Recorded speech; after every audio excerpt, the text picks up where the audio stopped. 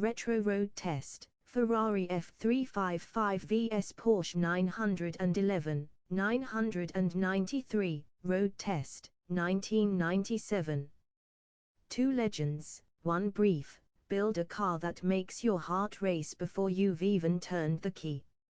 In the red corner, Italy's prancing horse, the Ferrari F355, a mid-engine sculpture from Maranello that can make grown men weep and teenagers put posters on walls. In the silver corner, Germany's immovable object, the Porsche 911, 993 generation, the last of the air-cooled breed, Stuttgart's bulletproof symbol of precision. Both cost north of £80,000 new, both claim to be usable every day, and both promise to turn any mundane errand into an event. But they go about it in utterly different ways, one flamboyant and fragile, the other stoic and surgical. It's red wine versus Riesling, Pavarotti versus Kraftwerk. Time to find out which one sings the sweeter tune when the road opens up. The contenders: Ferrari F355 Berlinetta, 1997, UK spec. Engine, 3.5-litre V8, 5-valve per cylinder, 3,496 cc. Power, 375 bhp at 8,250 rpm. Torque, 268 pound-feet at 6,000 rpm. Gearbox, 6-speed manual, or optional F1 electro-hydraulic, but we're purists today. 0 to 60 miles per hour, 4.6 seconds. Top speed, 183 miles per hour. Curb weight, 1,350 kilograms. Price when new, around £84,000. Layout, mid-engine, rear-wheel drive. Porsche 911 Carrera, 993, 1997, UK spec. Engine, 3.6-litre flat-six, air-cooled, 3,600 cc. Power, 285 bhp at 6,100 rpm, or 300 bhp in the Variarum-equipped Carrera 2S. Torque, 251 pound-feet at 5,250 rpm. Gearbox, 6-speed manual. 0 to 60 miles per hour, 5.3 seconds, C2S-5.1 sec. Top speed, 171 miles per hour. Curb weight, 1,370 kilograms. Price when new, about £69,000 for a Carrera 2S. Layout, rear engine, rear-wheel drive. First impressions, the art of seduction. The Ferrari doesn't so much sit in your driveway as pose. Even stationary, it looks like it's just finished a lap of Fiorano and is catching its breath. The F355's form penned under Pininfarina's glassy-eyed romanticism is the very definition of flow. The pop-up headlights, the delicately flared haunches, the twin round taillights sitting proud beneath a mesh grille. It's the sort of car that makes you walk away, then turn back for another look.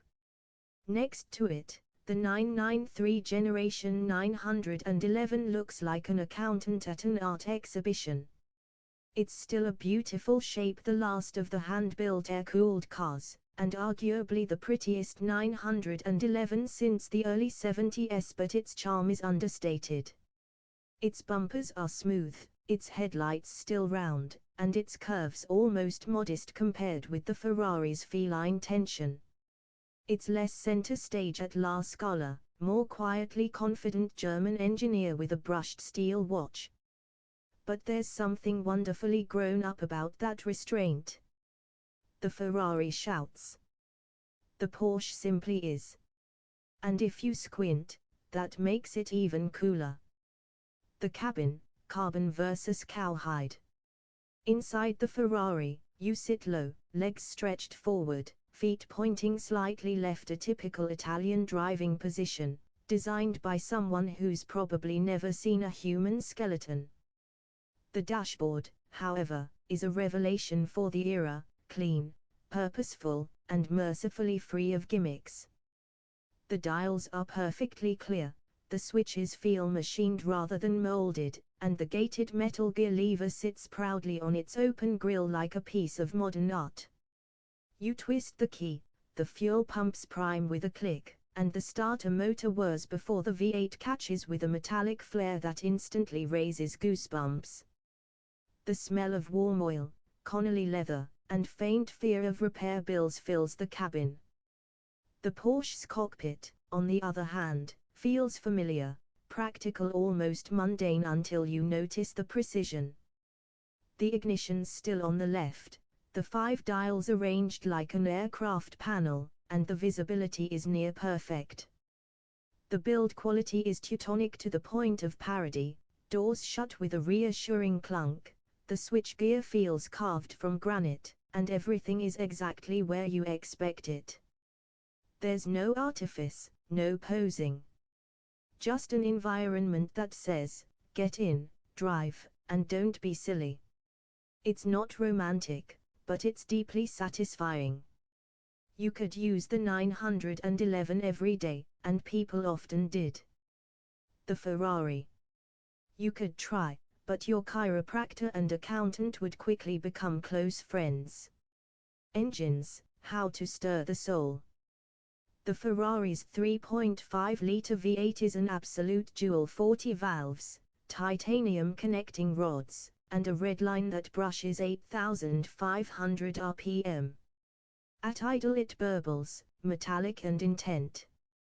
Blip the throttle and the revs climb like a cat up a curtain. On the move, it's a crescendo of mechanical opera, deep resonance below 4,000 rpm, then a spine-tingling wail above 6. Past 7, the noise turns almost supernatural, a banshee shriek that could strip paint from nearby walls.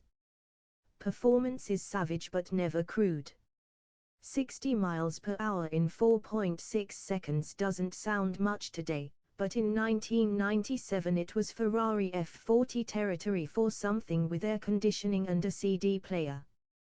The throttle response is immediate, the rev matching balletic. And that gearbox. Snick through the open gate, an act of theatre as much as motion. You find yourself changing gear simply for the joy of hearing the click of metal on metal. The Porsche's flat 6 couldn't be more different. Start it, and it hums like a well-oiled sewing machine. There's a bit of chatter from the valve train, a whoosh from the cooling fan, all part of the character. It doesn't howl like the Ferrari, it growls, a deep mechanical thrum that builds into a guttural bellow as the tacho sweeps past 6. It's not quite musical, but it's deeply mechanical, the sound of precision, not passion. Performance feels deceptively quick. The 911 doesn't pin you to the seat, it simply gathers speed with relentless efficiency. The flat 6's torque makes it flexible in everyday use. Where the Ferrari demands you keep it on the boil, the Porsche will waft happily through traffic at 2,000 rpm and then surge forward with one smooth squeeze of throttle. On paper, the Ferrari has the numbers. On the road, the Porsche has the manners. Which one you prefer depends entirely on how caffeinated you like your mornings. Handling the long and winding road. Let's start with the Ferrari. Mid-engine, rear-wheel drive, near-perfect weight distribution, it's every bit as balanced as you'd hope. The steering, unassisted at low speeds, is alive with feedback. You feel every grain of tarmac through the Momo wheel. Turn in, and the nose darts obediently, the rear following with telepathic precision. It's almost uncanny. Push harder, and the F355 reveals that rare quality shared by very few cars, the ability to feel lighter, smaller, and more controllable the faster you go. It flows down a twisting B-road like liquid mercury, every movement in sync with your fingertips and toes. Oversteer is available if you're brave and wealthy enough, but the balance is benign, a gentle, communicative slide rather than a snap. The brake's huge ventilated discs are firm and reassuring, though not servo-assisted to the pillow-soft standards of modern cars. You have to press hard, and you're rewarded with millimetric control. The Porsche, meanwhile, has its own logic. The rear engine layout shouldn't work, and yet it does, beautifully. Early 911s were notoriously tail-happy. The 993 has matured that tray into something close to magic. The steering is hydraulic, full of feel, and the nose tucks in eagerly. At low speed, you sense that weight over the rear axle, but it's no longer a liability, it's traction incarnate. Out of a tight corner, the 911 digs in and slingshots forward with almost absurd grip.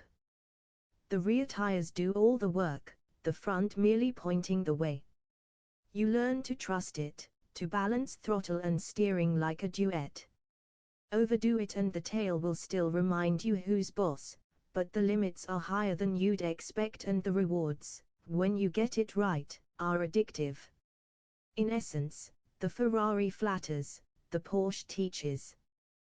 The F355 is a born dancer, the 911 a master craftsman. Both are sublime, but in different dialects of the same language. Ride and refinement. The Ferrari's ride is firm but not punishing, thanks to its adaptive dampers that switch between normal and sport.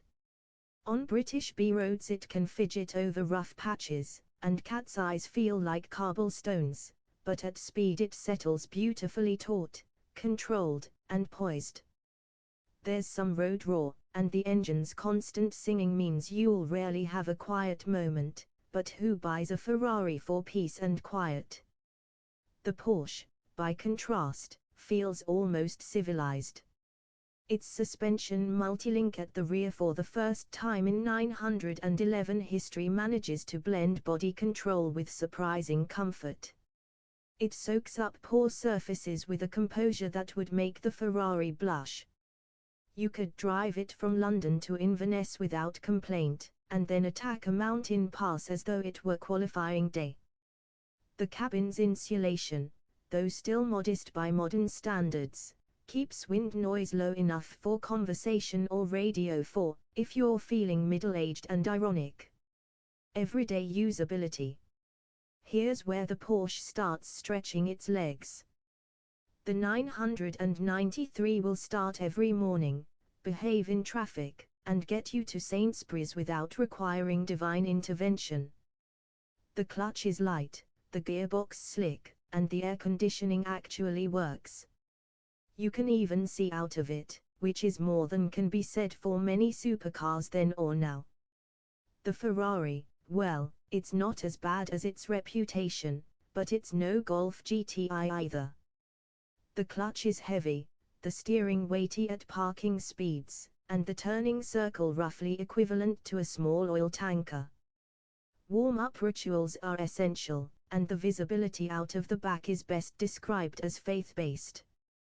But once moving, it's surprisingly tractable, docile even until you prod the throttle and it remembers what it's for. Then there's the running costs. A major service on the Ferrari involves an engine-out procedure that can make your eyes water. The Porsche spills aren't cheap either, but they're measured in hundreds rather than thousands. Put simply, if you plan to use your car, buy the Porsche. If you plan to worship it, buy the Ferrari. Ownership and image. In 1997, the badge on your bonnet still said a lot about who you were. A Ferrari key on the table meant either you'd made it, stolen it, or were about to go bankrupt. A Porsche key suggested a more pragmatic success, the sort of person who read The Economist and believed depreciation was negotiable. The Ferrari is pure theatre. Park one in Knightsbridge, and you'll be surrounded within minutes. Children point, Adults nod approvingly, and strangers ask to hear it rev. It's a social experience. The Porsche, though, flies under the radar. Only enthusiasts clock the subtle hips of the 993 Carrera S, the wider stance, the glint of its polished exhausts. Everyone else just assumes you have good taste and a healthy pension plan. It's the connoisseur's choice, understated, enduring, and deeply respected by those who know. The emotional equation. If you drive purely with your heart, the Ferrari wins hands down. It is intoxicating. Every journey becomes a performance, every rev a standing ovation. The noise, the feel, the precision, it's art on wheels. It may be temperamental and expensive, but that's part of the charm. You don't own a Ferrari, you enter into a passionate, occasionally toxic relationship with one. The Porsche, in contrast, is the faithful partner. It won't serenade you or demand constant attention, but it'll stand by you through thick and thin. It's the car that'll start after 2 weeks in the rain, the one you can hand to your spouse without breaking into a sweat. Yet, take it on the right road and it'll thrill in a way that few realize until they've tried. If the Ferrari makes you fall in love, the Porsche makes you stay in love. On the track, we took both to a small airfield circuit to explore their limits, and the limits of our insurance. The Ferrari was sublime, razor-sharp steering, linear power delivery, and that banshee wail echoing across the hangars. Lap after lap, it remained predictable, playful, and alive. The balance through long, fast corners was breathtaking, and the brakes never faded.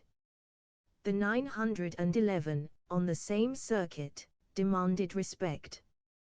The nose felt lighter at high speed, and trail braking too deep into a bend could still unstick the tail. But once you learned its rhythm, slow in, fast out, it became absurdly quick. The traction out of corners was immense, and its braking stability, thanks to that rear weight, superb. If you want the purist's thrill, the Ferrari's the more visceral experience. But if you want the satisfaction of mastering a challenging machine, the 911 is the professor. The verdict. Comparing these two is like comparing espresso with a fine Riesling, both exquisite, both addictive, but entirely different experiences. The Ferrari F355 is the more emotional, dramatic, and involving of the two. It's a true supercar, a bridge between the analog purity of the 80s and the electronic age to come. It thrills in a way few cars ever have. But it also demands commitment, expensive maintenance, constant attention, and a willingness to forgive its flaws for the sheer joy it provides. The Porsche 911, 993, meanwhile, is the last of its kind, the final air-cooled masterpiece before the 996 changed everything. It's practical, beautifully engineered, and, in many ways, timeless. It's the car you could live with every day and still take to a track at the weekend. It doesn't shout. It whispers. But its message endures. If you want romance, buy the Ferrari. If you want a lifelong companion, buy the Porsche. And if you can somehow afford both, well, you've just solved one of motoring's greatest philosophical dilemmas. Epilogue, time has spoken. Looking back from today, both cars have transcended mere transport to become icons. The F355 is revered as one of Ferrari's finest, the last truly pretty V8 before aerodynamics took over. Its values have climbed, its sound immortalized.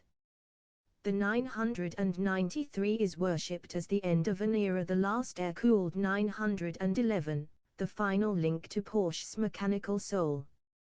It too has become a collector's piece, appreciated not for its pace but for its purity. In a world of turbochargers, touchscreens, and driver aids, Both stand as reminders of what driving used to mean: feel, feedback, and the simple joy of a well-timed downshift. So, which one's the winner? That depends on the question you're asking. If it's which car makes you feel most alive, the Ferrari. If it's which car would you actually own, the Porsche. But perhaps the real answer is this: in 1997, we were lucky enough to live in a world where both existed. And that, dear reader, is something worth celebrating.